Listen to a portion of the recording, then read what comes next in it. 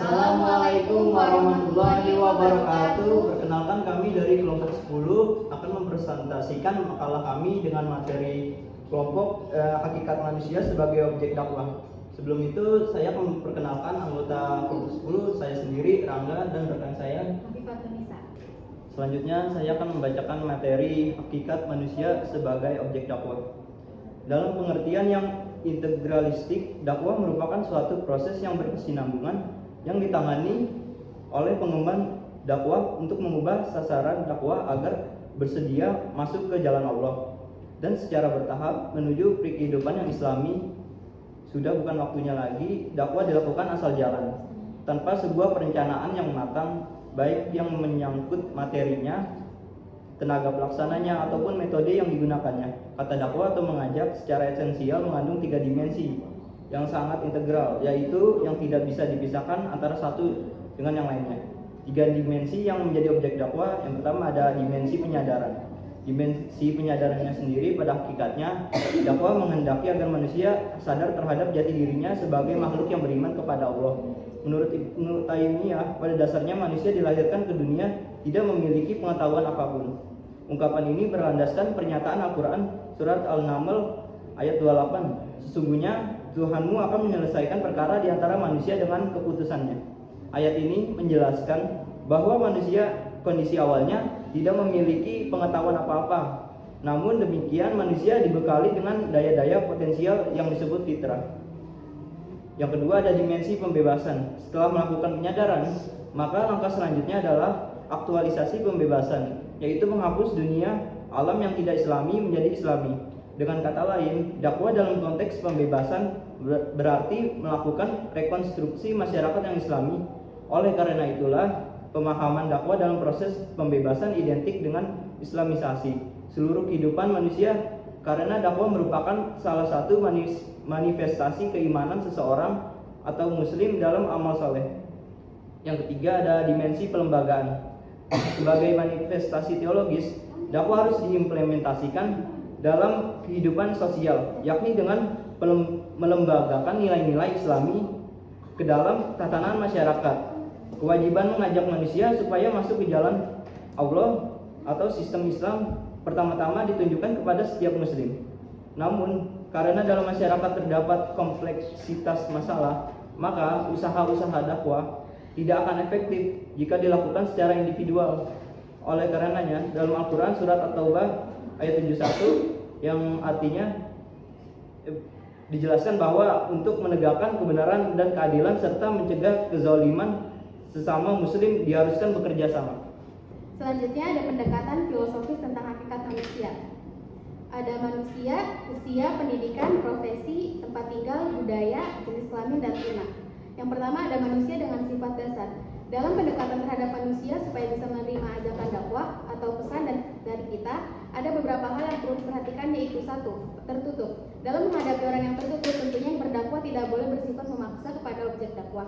Si pendakwah harus paham keadaan dia mengapa dia bersikap tertutup. Yang kedua ada terbuka. Berbeda dengan menghadapi orang yang tertutup. Ketika menghadapi objek yang bersifat terbuka, tentunya kita harus bisa terbuka dalam berdakwah. Yang kedua ada usia yang berbeda. Dakwah juga harus melihat dari segi usia yang menjadi objek dakwah antara lain.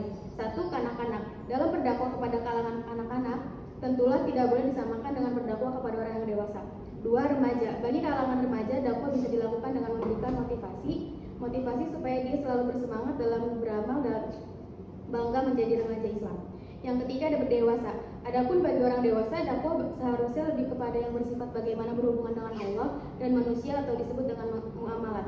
Yang keempat ada lanjut usia. Dakwah bagi orang yang sudah lanjut usia lebih cocok adalah motivasi untuk memperbanyak beribadah atau hubungannya dengan akhirat dan kematian.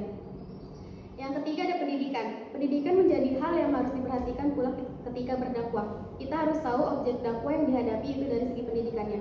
Karena jika disamaratakan, tujuan dakwah tidak akan tuntas. Karena masing-masing orang yang berpendidikan berbeda, maka berbeda pula lah cara olah pikirnya. Yang keempat ada profesi. Berdakwah juga harus memperhatikan profesi atau pekerjaan yang menjadi objek. Jika yang menjadi objeknya para petani, maka dakwah yang diberikan tentunya bagaimana menjadi petani yang baik dan sesuai. Selanjutnya ada tempat tinggal. Wilayah tempat tinggal juga hal yang penting dalam memahami objek dakwah yang dihadapi. Setiap wilayah dapat memiliki tradisi, norma, dan nilai budaya yang berbeda. Yang selanjutnya ada jenis kelamin. Hal lain yang harus diperhatikan lagi adalah jenis kelamin yang berbeda. Hal ini kita bisa bagi menjadi dua bagian, yaitu laki-laki dan perempuan. Pendakwa perlu memahami perbedaan kebutuhan dan perspektif gender. Setiap jenis kelamin dapat memiliki pengalaman hidup, kebutuhan, dan pemahaman yang berbeda terkait agama. Yang terakhir ada tuna. Ada beberapa hal yang harus diperhatikan supaya kita sukses dalam berdakwah, diantaranya adalah menyentuh indranya, misalnya dengan berpakaian yang indah atau enak dipandang. Yang kedua adalah menyentuh akalnya, misalnya dengan menyampaikan pesan yang rasional atau dapat ditangkap oleh akal manusia. Yang terakhir ada menyentuh perasaannya, misalnya dengan bersikap simpati, prihatin terhadap orang atau merasakan apa yang diderita orang-orang. Selanjutnya saya akan membacakan jawaban dari pertanyaan Aldila. Pertanyaannya, bagaimana dakwah dapat membangkitkan kesadaran spiritual dan religius dalam diri manusia? Jawabannya, untuk meningkatkan kesadaran akan tujuan hidup sebagai makhluk yang beriman, salah satunya ada beberapa cara, yaitu pentingnya iman. Menjelaskan pentingnya memahami dan memperkuat iman sebagai dasar dari tujuan hidup. Ketaatan terhadap ajaran agama. Menekankan pentingnya mematuhi ajaran agama dalam setiap aspek kehidupan untuk mencapai tujuan hidup yang sejati. Kesadaran moral. Memahamkan bahwa sebagai makhluk beriman, kesadaran moral harus mendorong tindakan dan keputusan sehari-hari. Pengabdian dan kemanfaatan bagi sesama. Mengajarkan bahwa tujuan hidup juga terletak pada pengabdian kepada Tuhan dan bermanfaat bagi sesama. Melalui pendekatan-pendekatan ini, dakwah dapat menjadi sarana untuk membangkitkan kesadaran spiritual dan membimbing manusia menuju pemahaman yang lebih mendalam tentang tujuan hidupnya sebagai makhluk yang beriman. Selanjutnya saya akan menjawab pertanyaan dari saudari Nahla. Yang pertanyaannya, apa nilai-nilai yang perlu diterapkan dalam dakwah untuk memahami kebutuhan spiritual dan moral manusia? Jawabannya, dakwah dapat membangkitkan kesadaran spiritual dan religius dalam diri manusia. Salah satu contohnya melalui beberapa cara. Yang pertama, pendidikan agama. Menekankan pendidikan agama yang menyeluruh untuk memahamkan individu tentang ajaran-ajaran agama dan nilai-nilai spiritual. Yang kedua, pengalaman keagamaan. Mendorong partisipasi dalam kegiatan keagamaan seperti ibadah, zikir, dan ritual lainnya untuk memperdalam pengalaman spiritual. Yang ketiga, merenung dan merefleksikan.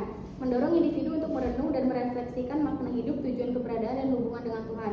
Yang selanjutnya, sosialisasi agama. Membangun komunitas yang mendukung secara moral dan spiritual, di mana individu dapat saling memotivasi dan berbagi pengalaman keagamaan. Yang terakhir, penggunaan media. Memanfaatkan media seperti ceramah, tulisan, atau aplikasi berbasis agama untuk menyampaikan pesan-pesan spiritual secara lebih luas. Terima kasih. Sekian dari kelompok kami. Wassalamualaikum warahmatullahi wabarakatuh.